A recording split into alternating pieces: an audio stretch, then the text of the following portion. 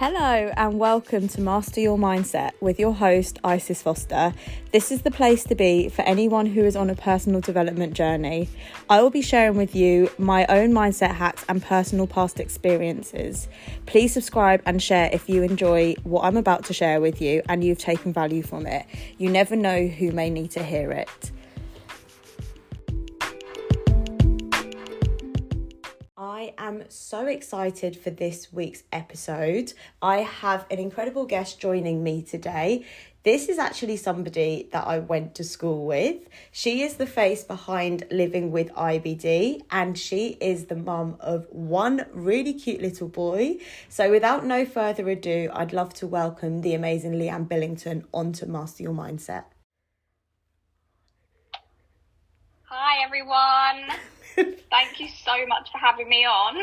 You are so welcome. So you have got, honestly, one of the most incredible stories ever, because I've just told everyone that we went to school together, which feels like a lifetime ago.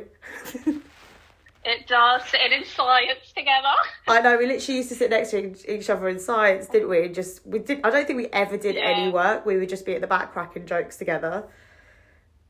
We would indeed. So obviously so much has changed for you since we were at school. Yeah. Do you want to explain a little bit?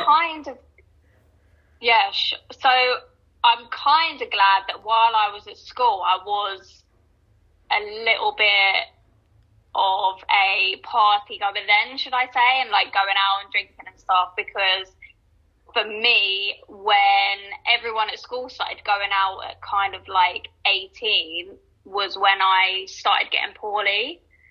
So I was having symptoms prior to me turning 18, but it took me about 3.5 years to actually get the formal diagnosis of Crohn's. So let's rewind back to a long journey. Yeah, let's rewind back to right at the start before you even knew there was anything wrong. What was that like? Yeah. Like, what was the transition like? How did you even know there was something wrong with you? To be honest, I didn't know for a while because I thought the symptoms I was getting was normal. So obviously, people that are listening, it's going to be poo talk, but I was bleeding when I was going to the toilet. But as weird as it sounds, I didn't think it was that abnormal. I don't know why. I don't know. I just thought, oh, well, you know, I'm young. I don't have the best diet. I'm drinking or whatever. I just didn't really think about it. Which is so normal to think. I think a lot of people... Like, because did it happen, did you bleed every time you went to the toilet, or was it like just occasionally?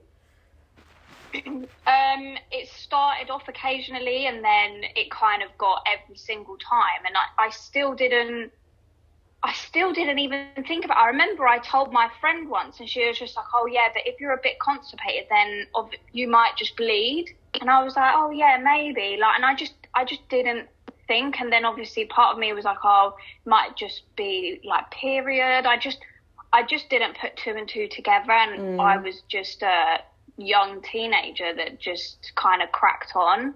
But then I lost a lot of weight in quite a short period of time, and that's when my mum kind of picked up on it and was just like, oh, you're losing a lot of weight. And I was like, oh yeah, but again, I just thought I was losing like my puppy fat or something. I didn't really think about it. I was happy really, but I lost kind of about nearly 4 stone in about a month. So it was really quick and sudden. And then kind of the symptoms started progressing quite quickly and kind of getting worse. They were obviously the weight loss, the bleeding, I was getting really bad stomach pains, I was really fatigued, I kind of then started not eating very much and I was being sick and my hair was thinning out, my nails were breaking, the pain was getting worse as the time went on. Then I started sleeping probably like 20 hours of the day. Wow. I couldn't get out of bed, and yeah, it was really bad. But I actually had lost my granddad in the 2010. So we weren't sure if like the grief was making the symptoms like progress. But then as time went on, they didn't really go. If anything, they got worse, because then I started bleeding more and then I started collapsing. Oh my goodness. When was the first time you collapsed? Oh God, I remember it like it was yesterday. I was on my way to college, and even though I could drive, I used to just get the bus because it was cheaper. And the night before I had college, I went to the toilet and there was a lot of blood in the toilet, to the point where I thought, okay, maybe that isn't normal, because that's quite a lot of blood. Right. And I called my mum, and she looked and she was like, how long have you been bleeding for? I was like, oh, ages. And she was like, why haven't you told me? I was like, I don't know, I just thought it was normal, but now it's getting more worse. I thought something must be happening. So she was just obviously like, right, you need to go and see a doctor. And I was like, well, I've got college tomorrow, so... Yeah, like that was a priority at the time. Yeah. And then she was like, well, I'll call the doctors tomorrow, and if I need to pick you up, then I'll pick you up. So I was like, yeah, that's fine. So I got up, went to college, and I remember feeling really weak, but I just assumed that it was just another day of feeling really fatigued. My mum said that I looked really pale, but I just said like, well, I'm just tired. But I went to college, got on the bus, and just as I was kind of pulling into near Kingston, I collapsed on the bus. Oh my I've never been so embarrassed in all my life. And it's crazy. I don't really remember it. I just remember like... Yeah. Go on. You shouldn't actually feel embarrassed about stuff like that, because that's so out of your control. But I can imagine, like, when you are that age and you are a teenager, you find like the silliest things now, looking back on them, so embarrassing, don't you? Yeah, I was mortified, and when I kind of, all I remember is just people being like, "Are you okay? Are you okay?" And literally, I just went off the bus. I literally just got up and just ran off the bus. I was so embarrassed. But then when I got off the bus, I was like, then the kind of panic set in, and I called my mum in a state, and she was like, right, get to one of your friends at college, stay with them, I'm coming to pick you up right now, I'm taking you to the doctors. And I just remember thinking, like, I didn't go on a bus again for ages, because it just made me have really bad anxiety. Yeah. But we went to the doctors, and again, they just didn't do anything. They just kept saying that I had piles, or I had this, that, the other. They said that at one point it was in my head, and I was a hypochondriac, and it was awful. You're joking. Oh my goodness. Yeah, it was so bad. So, at one point they even put me on antidepressants, because they were like, oh, well, you must just be grieving. Yeah, it was awful. Wow. So when did you actually get like a full diagnosis? Like, but from the moment you started bleeding, when you were going to the toilet, to getting that diagnosis, how long was that period of time?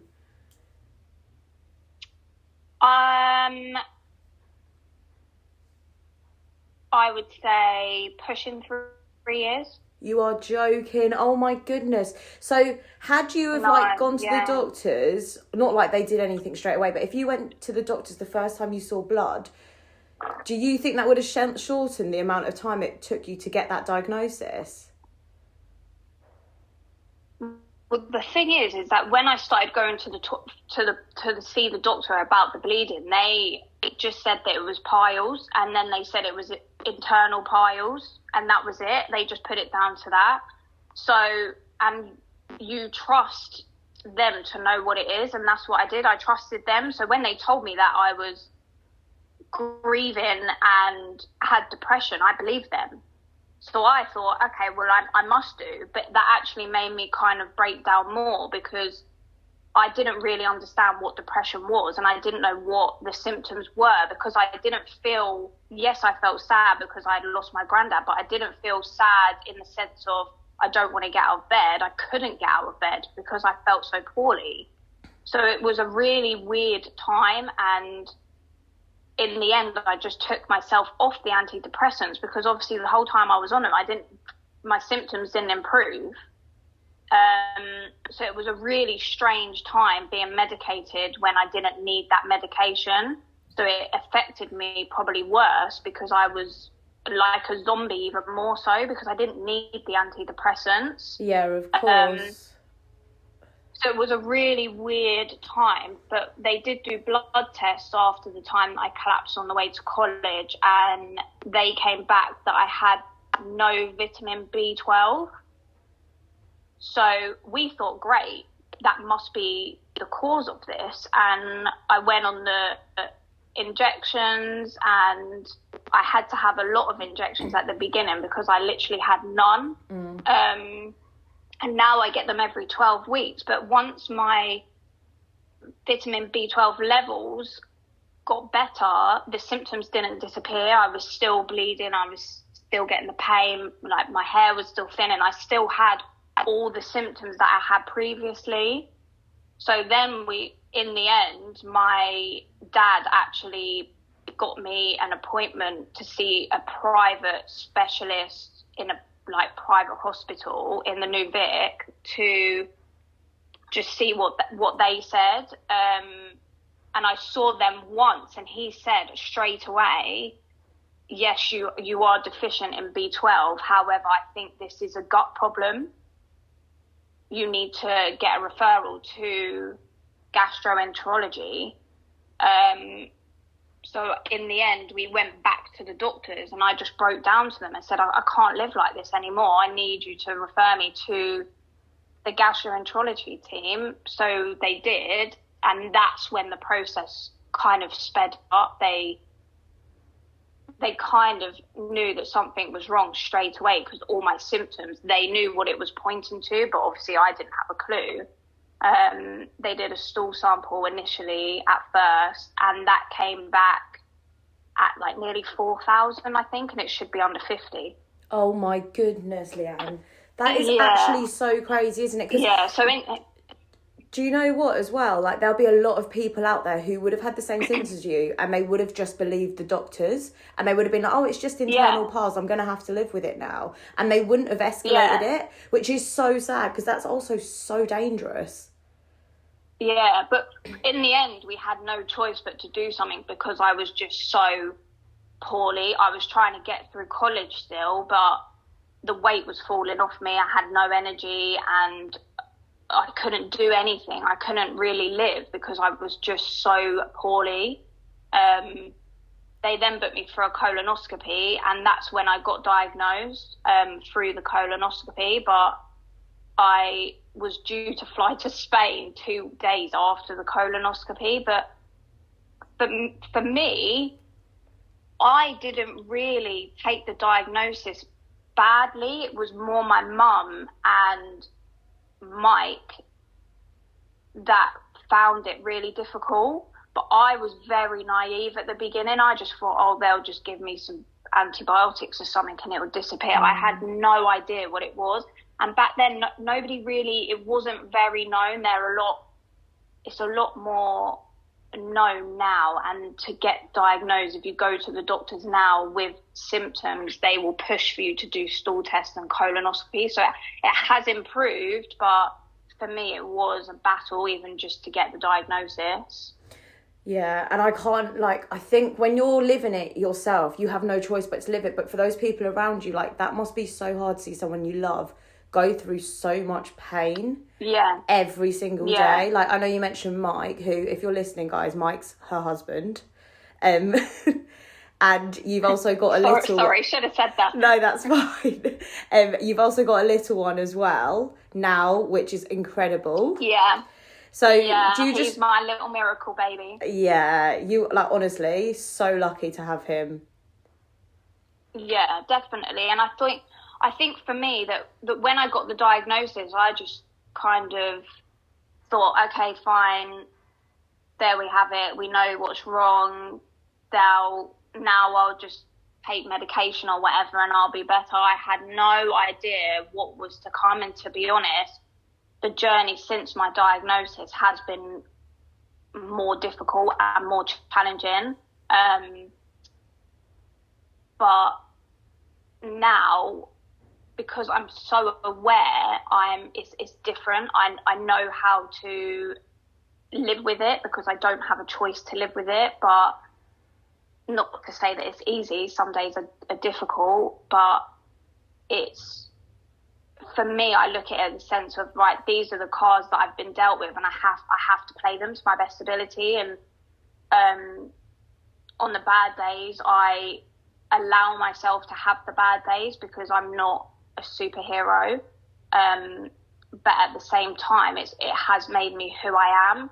And I know that sounds so cringe, and when people say it, I think, ew, but it really has. It's made me stronger. I have more empathy for people, and I think it just, the journey that I've gone through now, I would want to help other people that are going through that same journey or know somebody that's going through that journey. And that's why we set up the Living with IBD. What advice would you give to someone who has got a chronic illness or may think that they've got one? What would you say to them, like, wherever they are in their journey? It may be that they've just found out, or maybe they've been living with it for a while now. Have you got anything from your experience that you think may help them? Trust yourself. Trust yourself. You know your body better than anybody else. And yes, they are medical professionals and they can help you, and they know medications and treatments and things like that. But you know your body best. And even since my diagnosis, there's been times where I'm like, oh, I just don't feel right. And then it's even been, oh, well, you're probably just having a flare up. But I was like, no, I know something is wrong. And it turned out that I had a twisted bowel. So that you have to trust yourself, and you have to let yourself feel how you feel. If you feel rubbish and you want to cry, that is okay to do that. But if you feel like you're having a good day, then endure that good day. I pretty much take each day as it comes and each minute as it comes. But I trust myself now, and I didn't back then. I didn't trust myself. I thought, oh, okay, well, it must just be nothing. But it wasn't. It was something. So now, if I feel like something's going on, I push for that. And I think that's the best thing that you can do. You're so right. I think even though they are medical professionals, like you said, they don't live in your body. They're only seeing the symptoms that you're telling them. So if there is something that you feel like isn't right, you need to follow that. Because they're not the ones who are going to have to live with the consequences if you don't. You're going to have to live with them. So I think that's really good advice. Really, really good advice. Yeah. And I think a lot of people now, with knowing that IBD is a lot more out there, a lot of people still get a bit confused with IBD and IBS. And I think that's one thing that the IBD community, should I say, struggle with, because even though IBS is awful, and I know people that have got it, and most people with IBD do present symptoms of IBS as well. But with IBS being a irritable bowel syndrome, obviously IBD is inflammatory bowel disease. The likelihood of you having surgery and things like that for IBS is quite rare. But then I can name you at least 2 or 3, I think 3 occasions in my journey where I have nearly died from IBD. Not everyone has that experience, and it's a kind of a massive variety of the severity of the disease. However, it is also hereditary. So my dad has UC and my brother has Crohn's. And then I have Crohn's, but my brother's Crohn's to mine Crohn's, like, we're on completely different levels with it. His is quite mild and it's controlled really well, where mine's the opposite, and I've never actually been in remission since I've had the diagnosis. I've had 3 operations, and I think it's great that the awareness is out there now and people know about it. And I feel like poo isn't such a taboo anymore. No, especially not when your life's on the line. Like, who cares about a little bit of poo? If it's literally going to save your life, you need to take that stool sample. Yeah, you know what? You carry that poo and you rock it. I love that. But I think it's... but there's other things that can come. I mean, I have other conditions as well as IBD that, because it's an autoimmune disease, it kind of reflects, it comes under the umbrella. So I've had really bad inflammation in my joints. I have like early onset of arthritis. I have fibromyalgia. I have a heart condition. So it's not just kind of what you see on the surface. It is an invisible illness. So if people see me, then they'll see that I actually don't look unwell. You can't physically see it, but if you kind of turned me inside out, like I'm battered. Oh my God, no, don't say that. No, you're not. I'm not your average 30-year-old, you know, like I'm like, some days I'm 30, but I feel about 90. Yeah. But, you know, I rock it. If I do what I can do, you know, I try and stay positive. Exactly. I have tried meditation and kind of, you know, like the positive words and the quotes that you can read, and what I need to do, I'll do it. I also have tried like Reiki and things like that. So yeah, it's just my life, I guess. Look, everyone's out here doing their best, and there are certain things in your life which you have no control over, like illnesses. But once you've been diagnosed, you can only do as best as you can with that. You can't ever go back in time and get rid of that illness, but you can move forward with a different mindset on how to feel better about what you're currently living. So I think you're doing an absolutely incredible job, Leanne. You're raising an absolute superstar. Much. You've got an incredible husband that supports you. So yeah, he's great. You honestly, you're living the dream, kind of, because I think a lot of people would look at you and be like, oh, well, I would love to have a child. I'd love to have a husband. There are so many things that you've got that other people don't. And as much as you could sit and dwell on the fact that you've got a chronic illness, it's incredible that you don't do that, because you've got so many other things to focus on. And the thing is, if I sat here and dwelled on it, it's not going to get rid of it. It's just going to make it worse. And exactly. I need to look after not just my body, but my head and my mental well-being. And if I sit here and battle myself every day thinking, oh, why me? Why am I always so poorly? Why is my mum world different to other mums? And for me, I really wanted to put across on the IBD page that I am a chronically ill mum, but that doesn't mean that I do the job any different or worse. It's harder sometimes because I have the hospital, and Harrison sometimes has to come to the hospital with me on Friday. I've got treatment and I have to inject myself, and he'll be with me, and he sees that, and I kind of let him see that, because he understands mummy gets bad tummy, and he does get it.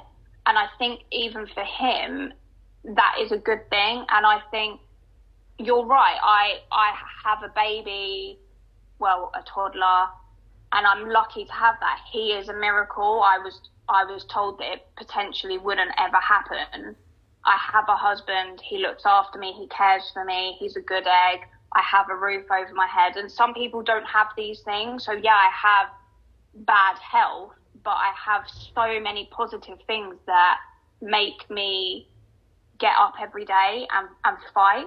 Exactly. And that's how I try and look at it. And you're doing an incredible job. For anyone listening as well who would like to follow Leanne's journey from this point onwards, where can people find you on social media? So I have an Instagram page that I can't fully take credit for, because Mike did set it up when he ran the marathon, but I have taken over it now, called Living with IBD. You will find it on Facebook as well, but I'm not as active on there, but I'm very active on Instagram, and I'm very honest, and you will see the good, the bad, and the ugly on that page. Basically, you will see everything from toilet selfies to me being out and living my life or whatever. Oh, Leanne, you have been so incredible. I will drop the Instagram page, which Leanne just mentioned, into the show notes, so you guys can just click on the link, follow that, and give her a follow and support her journey. Thank you so much, Leanne, for being on the show. You've been incredible. And I hope there's people out there who have felt inspired by this episode. Thank you. Yeah, definitely. And if anyone needs any advice or support, then that's what the page is for. Amazing. Thank you all so much for tuning in to Master Your Mindset with your host, me, Isis Foster. If you have enjoyed what I have shared with you today, I would really appreciate it if you could share it on your social media platforms and tag me at Isis Foster 1. My goal with creating this podcast is to reach as many people as possible and help them get to wherever they want to be. So if you're in that position of being able to share this, it would be very much appreciated. Can't wait for you to tune in to the next podcast episode. Have an amazing week.